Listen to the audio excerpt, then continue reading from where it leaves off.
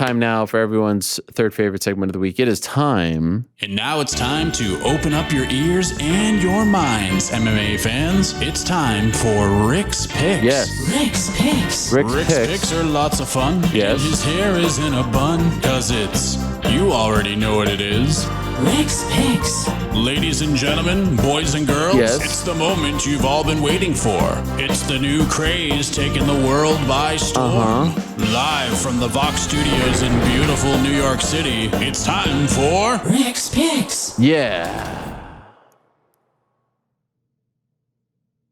Bang. There he is. Hello. Still no decorations. Nah, I mean, look, Connor's got us covered. Like, it's leaking into mine, so I don't even have to do anything. I feel like you're benefiting from his hard work. Yeah, no doubt. That's kind of the arrangement that's going on here. I'm gonna let Connor keep expanding. You know, he's running out of room over here. It's gonna grow to my side, and then I don't have to do anything. Unbelievable. I'm just gonna have my fruit. Just keep it casual. So, Yes, who won on Saturday? Israel Adesanya won. Scorecard? For me, I think I had it at the time. First 4 rounds to Izzy. I think the best arguments are round 2 was close. And I think you can make an argument that Whitaker won 4 and 5. Not my personal scorecard watching it, but I think that's the best arguments that I've seen or seen put forth. But I also don't think that Israel was in any real danger. Even when Whitaker was getting the takedowns, he was popping right back up or controlling the exchanges and able to get out really quickly. I think a credit to what he's been working on.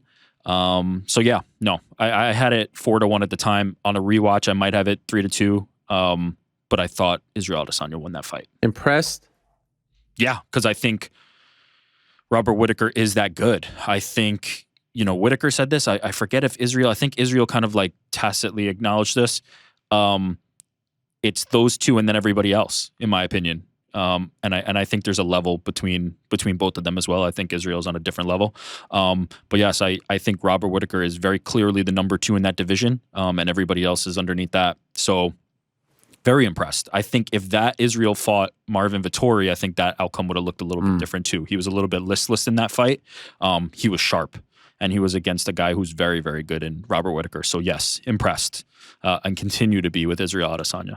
I was a little surprised at the pushback that I got about, not that it was my idea, but when I wrote about like Cannonier, like, oh God, we're not, like, I was like, what? You guys, that was a great win. Like, I thought that was the exact kind of win to get you excited. Expand on that. Like, what do you mean? What did you say? I got a lot of people who are like, oh, I have no interest in this fight.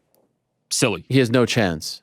I mean, that's a credit to Israel Adesanya, in my opinion. We just saw Juliana Pena beat Amanda Nunes. Yeah. You're telling me that Cannonier can't win?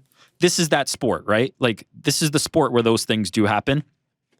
I think Jared Cannonier has as good a shot as any of Israel Adesanya's recent competition outside of Robert Whitaker. I think 100%. Like, if you're putting Marvin Vettori or Paulo Costa in that fight, I think Cannonier has as good a chance as either of those two. So 100%. yeah, I think that's very silly. And if he would have won some sort of like, lackluster decision, then I would have said like, all right, I get it. It wasn't the type of win to get you excited. That was a great fight. Great fight, and we don't have to go that far back from him nearly decapitating Robert Whitaker round 3 of their fight as well. Right. So I think Jared Cannonier has a decent chance there to give a good account of himself. Again, I would side with Israel. I think there's a gap between him, Rob, and the rest of the division.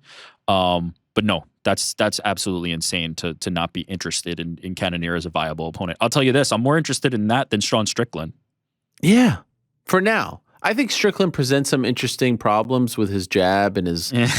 I don't. No? I think he presents some interesting, pre-fight problems in conversation. Cannonier deserves it. Come on. I do not think that fight is going to be very, I think he will be in that fight. I respect Strickland's technical abilities. Again, the jab is nice, but if your best tools are you're going to engage in a striking battle with Israel Adesanya, you're going to lose, period. End of story. There isn't a guy on the roster at middleweight who's going to do a better job striking than Israel Adesanya.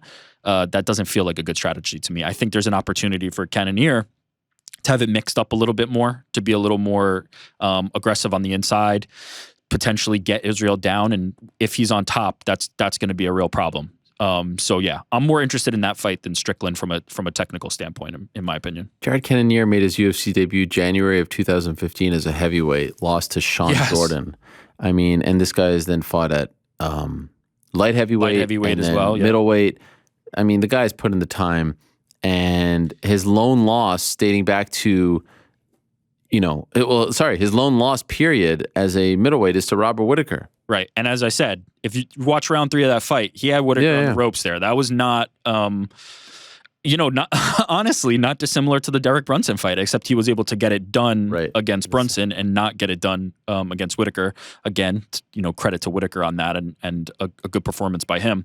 But yeah, I think anybody who's trying to discredit Cannonier's case for this hasn't been watching, quite frankly. What do you do with Ty now?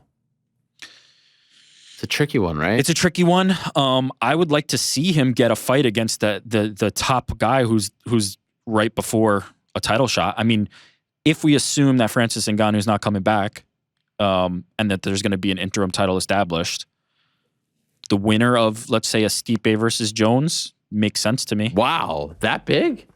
Well, who's above Derek? I was thinking like the winner of Aspinall against Volkov. Oh, come on. Oh, so yeah, I mean, if Ty wants to do somebody a favor, sure.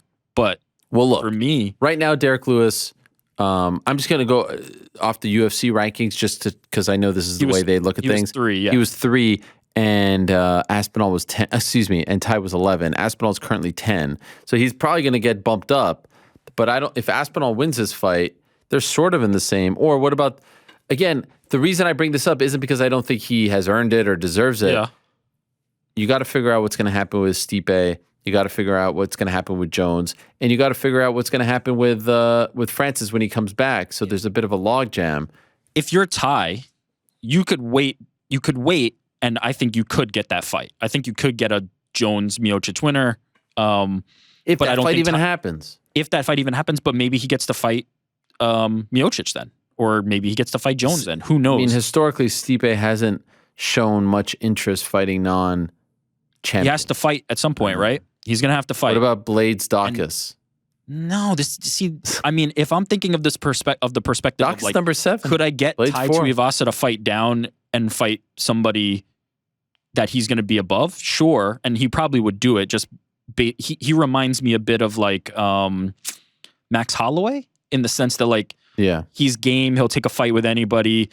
He doesn't mind being the one to fight before. Like Max takes a fight with Yair Rodriguez and is like, cool, I'll just win this and then get my title shot. Like he's that type of dude. I think Ty's the type who wants to stay busy. I wouldn't be surprised if he takes his fight. From a strategic perspective, I think Tai Tuivasa would be best positioned to fight up and to wait for an opportunity because I think he deserves that. I think this run he's on is worthy of that, and I think he would have a good chance against the top of the heavyweight division. I know you know this, but just a little PSA, which I feel like I've said before on the program. Nothing pisses me off more than you should get so-and-so on the show or why didn't you get so-and-so on the show. Can I just say to the public? Is this in regard to Tai Tuivasa? Let me just say to the public. If you think I should have someone on the show, there's a 99% chance that I've asked that person to come on the show. Now, Ty's thing, you also have to know these people have what's the word I'm looking for? Tendencies. Ty is so I did the whole like this guy's a green texter, a blue texter. Yes. Ty's a very quick replier. However, very quick, surprisingly quick. However, he is also one who will disappear for 48 to 72 hours after a win. You don't even get the scene with Ty. Yeah, and he talked about this on the show last time. He's gone. So did I throw the Hail Mary? Sure. Has he seen it? No. Nope. No, he has not seen it. And I can see when's the last time if you use WhatsApp. So again, for the Tai Tuivasas of the world, for the Izzies of the world, for the Bobby Greens of the world, Bobby Green is mad at me, by the way. What? Again, I thought we were... No, Bobby Green says that he made a promise to himself many years ago that he would never come on my show because I disrespected him. I have no idea what he is talking about. I thought you and Bobby smoothed this over. Did I make that up? Oh, this is No, standing. Okay. I 'Cause you reached used out to have to him. Bobby on all the time. Yes. And then something soured here. I don't know thought what you guys had made up since then. Do you I didn't remember what realize. happened? I have no idea. No. Yeah, I don't know. Because I remember those being great. I loved Oh, when Bobby was on the show. is it not weird though? Like when you have people on the show like a lot, and then they get very famous, and then they don't want to come on the show. Like I just always found that to be weird. I mean, if you have some examples, that'd be good. No. Big win for Renato Moicano. Great post-fight interview as well. Bobby Killed Green it. with the big win. Andrei Arlovsky with the big win. Casey O'Neill with the big win. Kyler Phillips with the big win. What's your beef with Carlos Ulberg, by the way? I have no beef with Carlos That's Ulberg. what he keeps saying. Who keeps saying that? Carlos GC. Ulberg? No, GC. Why? I have no I don't beef know. with You Carlos tell- Ulberg. Carlos Solberg. What's the beef? I have no beef with Carlos Ulberg. What's his beef, GC? I don't know, man. He just did not want me to bet on him. Why? Easy winner. That is accurate. I did not want Carlos. I did Why? not want him to bet on Carlos Ulberg. I thought the line was bad on that one. I mean, did we see the performance? Like it just wasn't that Should have great. been a minus 1,000. No, I have nothing against Carlos Ulberg. Handsome man.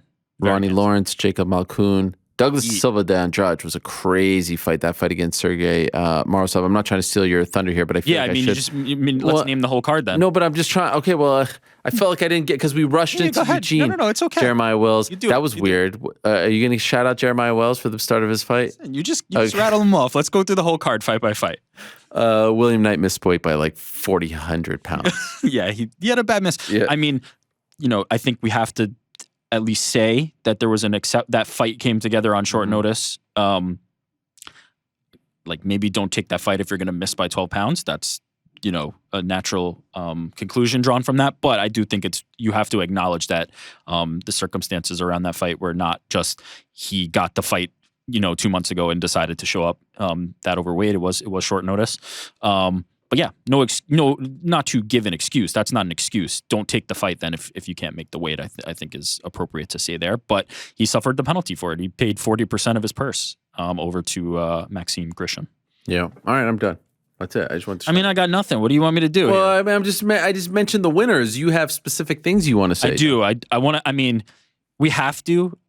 We've been doing it all week, and we had her on the show. But you have to acknowledge again, one last time on Well, we did that already. the segment. No, Oh, okay. I'm So then joking. you know what? I'm not going to do it then. I'm joking. Roxanne I used Modafferi. to work with Roxy. Yeah, so I was going to say, when you were talking with her about some of her moments, I very distinctly remember when Roxanne was coming off tough and came back to Invicta. And at the time I was doing public relations. I was working at an agency that had Invicta as a client, and I was doing public relations for Invicta.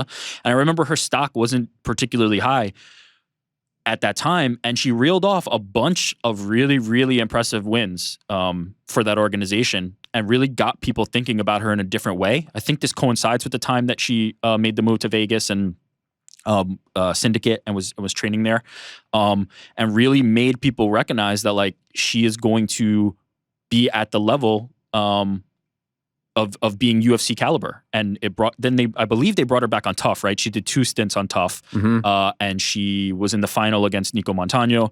Had a good fight there. As she said, one of the memories was her being on the losing side of that.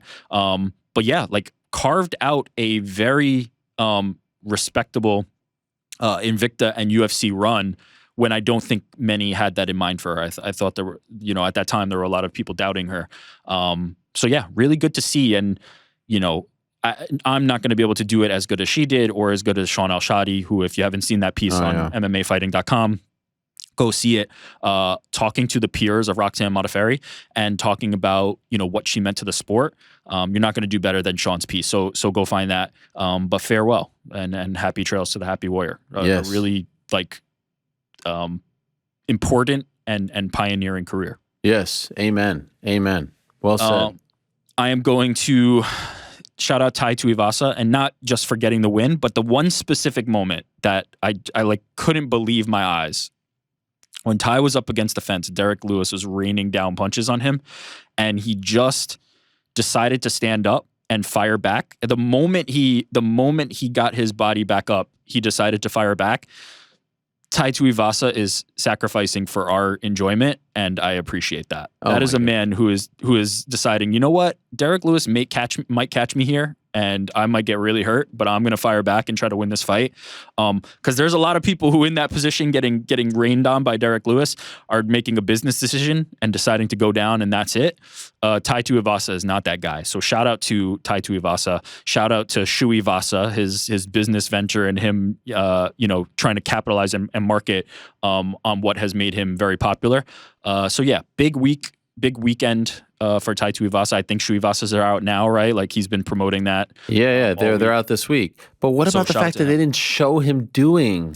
Yeah, that was weird. I'm not sure. So apparently he did it. He did do it. He did. You could hear the crowd kind of react to it. So I have a theory as to what happened. Yeah, sure. Hit me because they've shown it every time in the past. Yes, so I think it's like this happy dad thing, because then I saw him in the back on a video with the Full Send guys. Wait, no, what are they? The Nelk boys. The Nelk boys. Yeah. And one of the guys, the guy who's always with him with the tank top, Steve was in the back, and they blurred out what he was wearing. Oh, I see. So a branding thing. Oh, yeah. I mean, Brock Lesnar famously. Yes. So I think this is the problem. Maybe I think Modelo's not happy about. Yeah. So just do it with a Modelo, for goodness sakes, because I actually feel like this has made him into a bigger star. So you remember last time? I guess casually, the Shui has made him into. Yes. Yeah, of course. I mean, that's the brand. Well, no, because I was gonna say, like, I couldn't believe it. Last time, Stone Cold's just watching UFC fights. Yes. He tweets about it. Well, I mean, you had a hand in there. Right? Oh, okay. Sorry. Was that where you? Yes. That out there. But anyway, I got him on the radar. I mean, you totally missed that one. Now you're not going to show it? It's a huge. Imagine Stone Cold doing his celebration, and you're not showing it. Yeah, I mean, it makes sense though. What makes sense? The theory's a good one. Why it wasn't shown? No, I'm I'm not in the truck making these decisions, so don't come for my neck. But shout out to Tai Tuivasa. Oh, what a story! Giving it up for our entertainment. Like, my mind was blown. I was like, I thought it was over, and he just decided to stand up and fire back. And not many do that against Derek Lewis, and that was a great fight. Unfortunate for Derek Lewis, obviously. You know, the Houston fights have not gone well for him, but another man who does it for our entertainment. So shout out to Derek Lewis as well. Yeah, I feel for Derek. Listen, I got a Rick's pick. I got a shout out for Bobby Green here, but maybe I won't do it. You know, I don't want to. No, listen, hurt your feelings. Listen, you shout out anyone. We're unbiased. I don't want to bring up bad. I don't want to bring up some bad. I mean, Tai Tuivasa didn't respond to my text. Yeah, you know what? So it's all good. I can handle it. They forget on the way to the top. They forget. Shout out Bobby Green. Unique personality. A little bit. You know what I was thinking about? I think he came a little bit too early in the sense that, like, he was doing some of the things that I think have made Kevin Holland kind of a success. A little bit of the jawing in the cage, but even the style reminded me of Kevin Holland a little bit, and I think that he would have been appreciated more in a more modern era. I think at the time that he was doing it, and he said this in the press conference, and it stuck out to me, was he was talking about when he came in, it was a lot of like, shut up, like nobody wants to hear from you. Whereas like now, talking in the cage is kind of celebrated. It's this thing that like, the styling on people. Yeah. At the time that he was doing it, and this is early, he was in Strikeforce since 2011, UFC since 2013. Crazy. I think he was looked at as like, that's nuts. Isn't that crazy? Bobby Almost Green's 10 been in years. UFC since 2013. I think he came a little bit early, and for some reason Kevin Holland's the one that comes to mind. It's probably just the direct relation to the talking to your opponent thing. But like when he was doing it, it was like, shut up, Bobby Green, like disrespect this and that. And now it's the thing that gets him celebrated. But as you said, almost 10 years of fun fights from Bobby Green. The last couple have just been absolutely major. So shout out to Bobby Green. Really, really fun and good run for Bobby. Amen. Also, he's great on the mic. You get the mic in front of that dude, and you're gonna get some gold. Yeah, he used to be great on the show. He used to be great on the show. You know what? Let's not put that energy out there. Let's say hopefully he will be great again on this show. Who are you, that's Jared Cannonier with the energy? I don't like that negative energy. What did he say? Low frequency people. I don't want those low frequency people. I'm just gonna listen to that every morning before I wake up. Yeah, him and Eugene both going in. Yeah, on social media. On social media, I loved it. It's not the worst thing. I loved it. Okay, last one here. Yeah. This one's a bit of a curveball. Uh-oh. You may not know about this, but this will be interesting for you. Joe Rogan? No, not Joe Rogan. Not Joe Rogan. Oh my gosh. I was reached out to a young man by the name of Luke Sheridan, who just fired me a message and is doing something really cool that I thought was interesting. It's called Bengal Bouts, and it's an annual charity boxing tournament hosted by the Boxing Club at the University of Notre Dame. Wow, we actually have assets for this one. Listen, I big. asked for the full suite. Okay, sorry, continue. 92nd annual Whoa. Bengal Bouts coming up on February 24th. And what this is there's a fundraiser component. They support they use the funds to support education and healthcare initiatives in Bangladesh. So basically these boxers, a tournament of boxers from the university, participate in this boxing event. This is coming up on February 24th this year. And raise money to support education and healthcare in Bangladesh. So good cause. And shout out to Luke for putting this on my radar, and shout out to them for doing Wow. Wait, so do they want me? Do you box charity? Wow. Why not? I mean, let me shout out let me plug the website. Okay. bengalbouts.nd.edu/donate if you want to donate, or just Google Bengal Bouts, and you'll be able to find it. Why is it called Bengal Bouts? Because of the region, Bangladesh, in the Bengal region. Wait, Bangladesh? Yeah. I thought you said University of Notre Dame. So it is the University of Notre Dame. Their boxing club is raising money to support this initiative. Oh, in I see. Bangladesh. Okay, sorry. Yeah, it's a religious mission thing. That's the foundation. That's the basis for it. Wow. And this guy just reached out to you. He reached out and said, "Hey, this is something interesting that we're doing. Why not talk about it?" And I'm happy to. I think that's really cool that right. Across the Look at world, you. people are raising money to help others. And our little combat sports world. Look, Yeah. and based on what I've been seeing online, they raised quite a bit of money. So that's awesome. And I really appreciate that. Look at you making a difference.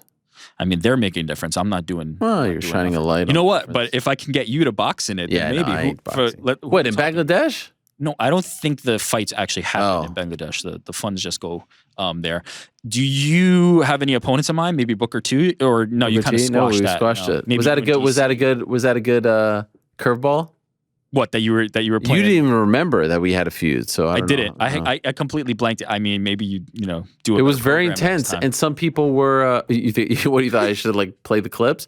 What do you mean, like how they played every single interview I ever did with Jorge and Colby on the broadcast? Yeah, they did. They did Every lean into single that. one I've done in the last 4 years was in that promo. I mean, to be honest, during that time, nobody else other than you really did interviews with them, right? Like, Oh yeah, you are the source. I mean, the crap that I used to take, the shit sandwiches that I would have to eat just to get Colby on the show, and now another guy won't talk to me. Colby hurt his feelings. His feelings are hurt because he said that he didn't like the way I spoke about his post fight against Woodley, the post fight stuff with Woodley. I don't remember that. I don't remember. All the Black Lives Matter stuff, and then what did he say to Usman when they were yelling back and forth? Yeah. Smoke was something. You know what I mean? I mean, it was like the most tame criticism of it.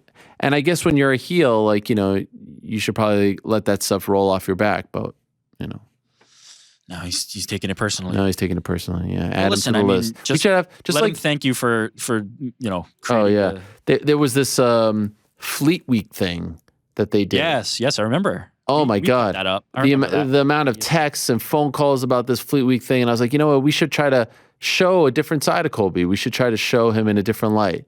And, poor Alex has to go out there and shoot this thing, spend the entire, I think it was Memorial Day It weekend ends with up him. being really cool. It was a great piece. But that happened, I'm sorry to say, Barry Horowitz, because of me. Wow. All right. You are just controlling the I'm space here. just moving and shaking. No, you know what? I'm tired of it. I'm tired of these people, forgetting about the guy who goes to bat for them it's one thing to say you're a Johnny come lately. I am the actual opposite of a Johnny come lately. I'm shining a spotlight when you're on the come up. You get it started. You Yeah. get it off. You're not there when it's all good. You're there when it's kicking off. And then the elevator door opens at the top and they're like, And then it shuts with you outside. I once heard a great piece of advice from Charles Barkley back in the day. And Charles Barkley said the best piece of advice that he ever got was when you make it to the top, don't forget to send the elevator back down. Right? I think so. A lot of people in this sport, need to talk to old Chuckster. They could do worse than talking to Chuckster. Yeah. Yeah. So, not that I, lose sleep over this and hold a grudge about it, but no sleep loss over it. That was it for me. Any other beefs we want to, or well, I think the Pat McAfee, the Joe Rogan thing. I was saying Pat McAfee because I keep seeing people. Brock? Yeah. Him with Brock? What did he have him drink beer or something? I didn't see the context of it. I just see a lot of tweets like, you got to watch this, you got to watch this. Yeah. The Joe Rogan thing was super interesting. I'll give you, my side of it, and I'd love to hear yours. So I had heard on Wednesday night that he, it was looking like he wouldn't be a part of the broadcast. And I heard on Thursday, Michael Bisping. And actually, I was at the, had a lovely Friday afternoon. And I've said this to her, so it's not like I'm saying it to you and not to her, but my wife went to have surgery and I had to wait in the city, Upper East Side, for like 6 hours. I haven't walked. Can we ask what happened? Or I've talked about this. No, she cut her hand and she had a huge gash. And you did talk about the hand cut. So she had to have surgery on the hand. Shout out to HSS Hospital for Special Surgery, I think it is. Yeah, isn't that the one that UFC. Weidman and Iaquinta and them? Actually, there's a doctor there who reached out to me who does some work, with the New York-based guys or there for the UFC. Reached out to me in October. I called him for help with this. He helped me. He's from Montreal. Crazy story. All right. Anyway, I had 6 hours to kill on the Upper East Side. I used to live on the Upper East Side, as you know, and it was just kind of nice to like walk around New York. I hadn't walked around New York. I come here, I go home. But to just walk around and, stroll on Madison Avenue, like it was a very nice day weather-wise. Anyway, I kept, I was kind of staying out of this one, and I kept checking my phone. I was like, I wonder if anyone's going to pick up on this Rogan story, because I know it's a huge story outside of the MMA bubble. Sure. It's very clear within the MMA bubble, he has full support, much respect, but outside, I know. So that's why right before the weigh-ins, I said Twitter's about to get really interesting. Right, because he wasn't going to be on the weigh-in stage. He was going to be on the stage. Yeah. Even once the weigh-in started, most people didn't seem to understand what I was talking about, which maybe I was giving them too much credit. I don't know, but some did, but not all. Mm-hmm. And then right after the weigh-ins, the story came out via UFC PR that he would not be. Sorry, something stuck in my throat. This will teach me not to have pineapple in the middle of the show. I got no water. Someone UFC PR put out a statement that a scheduling conflict, right? Yeah. And I called BS on that. And I tweeted a GIF of carrying water. Some got it, some didn't. I was like, if you're reporting this, you're just carrying water. Now, what's interesting about that is you could be called a hater, but the next night, Dana White himself said that was BS. We all knew there wasn't a scheduling conflict, right? Now, how about the fact that he's off the broadcast, this guy who's been a huge part of the UFC events for so long, off the broadcast, and he's not a part of the show, and they say it's a scheduling conflict, and then it's coming from UFC PR, and Dana White himself calls BS on the statement that is put out by UFC PR? That in its own right was somewhat bizarre, right? So I had heard originally that it was a Disney call, and then I had heard the story that he said afterwards that it was a Joe Rogan call. Now, I will be honest, I don't necessarily believe the latter as much, if only because A, full support from the MMA community, B, full support from the UFC community, C, full support from the UFC. Why is he asking out? Maybe there's too much going on. He's still doing his podcast. Why is he asking out? It wasn't a scheduling conflict. So anyway, there's a lot going on. I actually think it's a crazy thing that we're like paying like that. This has become such a big story, but just to break the fourth wall from everyone. Yes, that's what the tweet was about. That's what the subsequent tweet was about, and I'm happy that Dana and I agreed on it. I called BS on the scheduling conflict. He called BS on the scheduling conflict. Yeah. It just so happens that his own company put out the scheduling conflict tweet. So, what do you think of this whole story? Yeah, I mean, I think you summed it up pretty decently. Did I? Because I feel like I'm rambling at this point. No, I think you did all right. I Other have than the like worst headache nearly ever. dying right in the middle, other than like croaking and keeling over right in the middle. No, you summed it up nicely. What did you make of Dana saying BS to his own company statement? Yeah, I mean, the problem with that though is he said, basically what he said was there was no scheduling conflict. This was Joe Rogan's choice, and that part is the part that makes me a little unsure of what's really happening, because of the fact that it would have been easy for Dana White to just say, yeah, scheduling conflict, as UFC had said in their issued statement, because Joe Rogan has had scheduling conflicts in the past and has not worked events. There have been events that he has not worked due to that. So it would have been easy to do that. The fact that Dana White didn't say that and said actually it was Rogan's choice makes me wonder if there was, involvement from Rogan there as opposed to just him being asked to not be on the broadcast or whatever, version of that we believe might have happened. Because it would have been easier to just say that. But to dispute that makes why lie about it? Dispute that makes me think that maybe Rogan did, say, hey, maybe it's better if I lay low and don't, do this one. I'm not sure. I think, obviously we would need to hear from Rogan. We'd need some real answers on this to understand what's really going on. But yes, I think it was interesting that Dana White immediately said, no, there was no scheduling conflict. And in fact, Rogan was the one who asked not to. It would have been smoother and easier to just not say that if that was the case. Let's say that's true. Yeah, Rogan. You're saying, let's say it's true that Rogan said, "Hey." Does that surprise you? No, it doesn't. From the perspective that, I consider Joe Rogan to be a smart enough man to read the room and understand that, like, look, there's a lot of heat on Spotify, who pays him a lot of money. There's a lot of heat on him personally. Maybe it's not the best time to do that. But it's not like he's taking a break from the Spotify podcast. He's still doing them. He had one on Friday. That's what he gets paid to do. Yeah, this is the fun thing that he does in the sandbox. If that's truly the reason, I'm surprised that that's the reason. Number one, because that's never been Joe Rogan, and number two, that's never been the UFC, right? You know he has full support from the UFC. I am surprised that Dana didn't use that opportunity to be like, let me just tell you something about Joe Rogan right now, and give us like a classic 5-minute Dana, sort of like what Izzy did, basically. Exactly, in different way, in a different way, obviously, but like yes. In short. So I was surprised about that. The only reason 100%, I agree with you there. Like, I'm surprised Dana didn't. But Dana putting it on Joe Rogan makes me think that maybe there is some, something to that.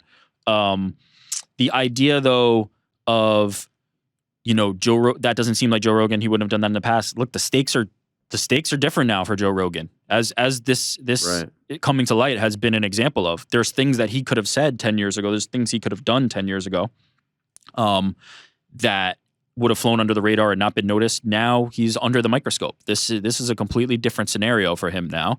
And I think there could be some logic to like, hey, maybe let me not make myself be front and center and the center of attention again. I think Joe Rogan could have very comfortably done the UFC broadcast, got in, got out, and not have been a particularly spotlighted thing. Yeah. No one would have, come on.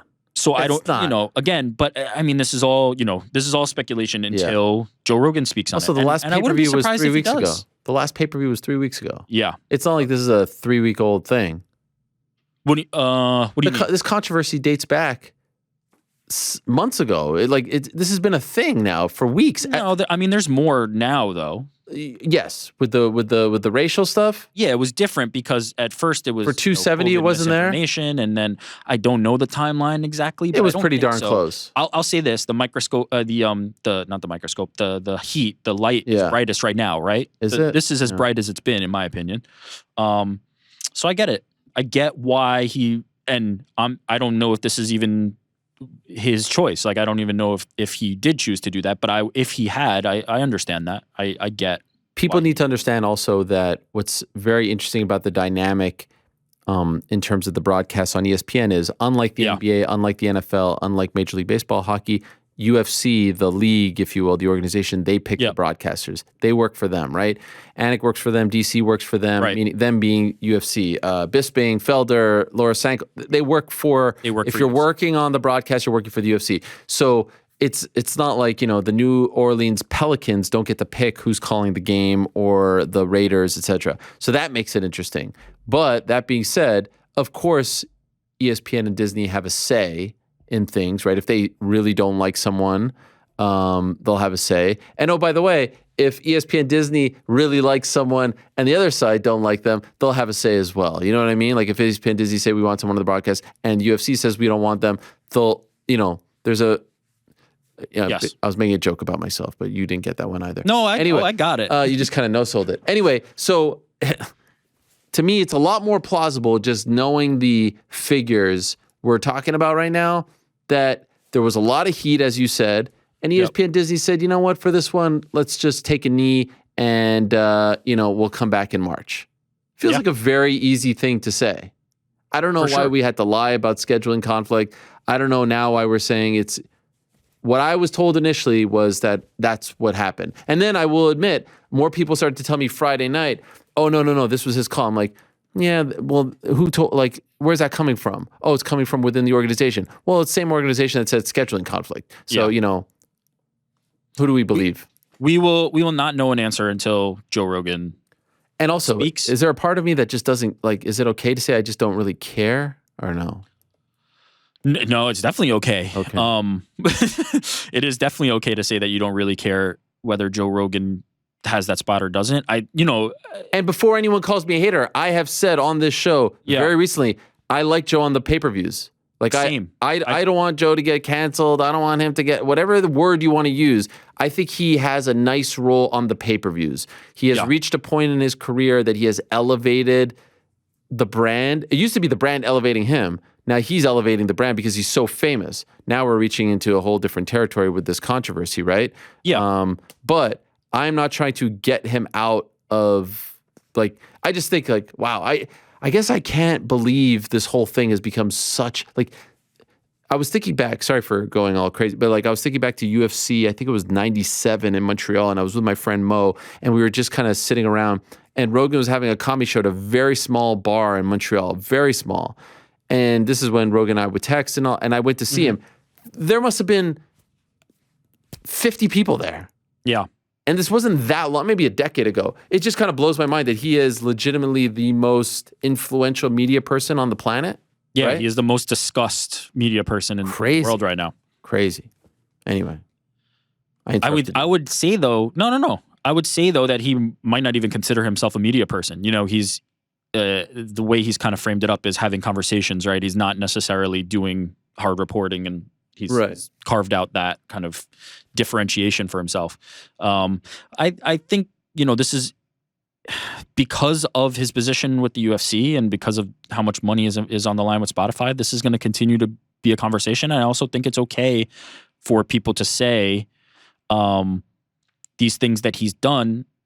There should be some accountability. And I think it's okay for that to transfer to the UFC, right? Like that is something else that he's doing, and there should be a conversation around it. So, this is all part of it. I don't think it's as simple as like, yeah, that's related to the podcast and things he said there and the Spotify stuff. Like this is all part of Joe Rogan being the personality that he is. But it is certainly different than it was. I would just say in conclusion, like we, you know, at least in my mind, had our falling out because I didn't appreciate that he spread misinformation following 199. And just to, you know, you got to be clear with that. He spread misinformation about my situation. Yeah, it was very personal to me, right? Very, very personal to me because here I am like fighting for my career and you're going on your show and saying that I was told stuff when that never happened, all this stuff. And so I'll just say, like, you could call yourself a journalist or not. You can consider yourself a media person or not. If you talk into this microphone, there's a responsibility. And Sure. you can't hide behind the I'm not a journalist or I'm not a media guy and I'm just asking questions and I'm doing that. You can't hide behind that. Once you get this thing in front of you and you have a platform, there's a responsibility. And, you know, I think misinformation now is becoming a problem with him. And some people will be like, listen, he's just a guy asking questions. You know, when it hits you personally, you may feel a different way about it. And that's why I feel, you know, a different way about him. But again, as far as the broadcasts are concerned, I've never had an issue with him. And I don't understand why there's this like passionate fan base who don't want him on the broadcast. Trust me, there's more passionate people who want him on. But there are some people in the echo chamber that, you know, don't want him on. It doesn't bother me. And you're one speaking bit. just on the basis of his work product, right? We're not talking about necessarily the controversy here. You're talking about I'm talking about dating 2 years ago. If you would have people asked who me just about don't this. want him on because they don't believe he's good at the Now, commentary. yes. Thank you for the assist there. Now is a totally different thing, and we'll see how this plays out. But like, I've never been one who was like, get Joe Rogan off the podcast. I'm talking 2018, 19.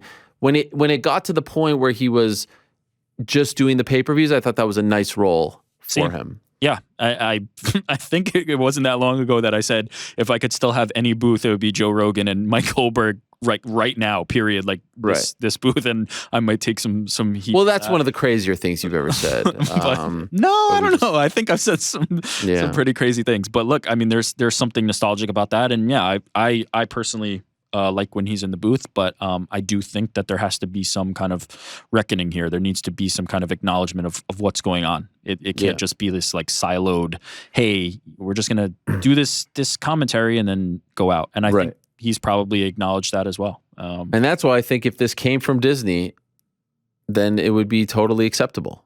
It makes sense, Disney right? should have a say who's on their broadcast, who's on their air. Yeah. So I guess the lesson is, don't lie. The other thing that's very interesting, and we didn't even talk about this part of it, is Dana White said, or the PR statement, I'm getting them confused at this moment, said that he'd be back for 272. Right. Yeah. So quite definitively. I mean, yeah, that seems like it was just a scheduling conflict. Yeah, that seems like there's more to the scenario. There's more going on, and it needs to be said. And we'll see if Joe Rogan is the one to address it. The text part there. I mean, like, we're in this mess because of misinformation, and then we're texting about broken hands and they're not broken. Listen, I mean, I think that one's a little bit overblown. I'll be honest. Come on, what? Like he was just pointing something out. First of all, we don't know if he necessarily wanted that to be read on air. Let's be completely honest about that. Also, at the time, we were thinking scheduling conflict, and like, he's watching. Yeah, maybe don't. You know, that to me that feels like maybe he got put in a situation that he wasn't necessarily looking to be put into. He didn't have to do that. You're right. But let's not pretend that in the line of duty in his commentary, he doesn't do that a lot. You know, I think something's wrong with this XYZ thing. He does that quite a bit, and sometimes he's right and sometimes he's wrong. There's been times where he's been right, so let's not pretend that it's always one way or the other. But yeah, I don't know if he necessarily was welcoming that to be read. But yeah. All right. It is what it is. Yes. Well said, Max. Appreciate it. We'll talk to you next week. There he is, New York Ric, everyone.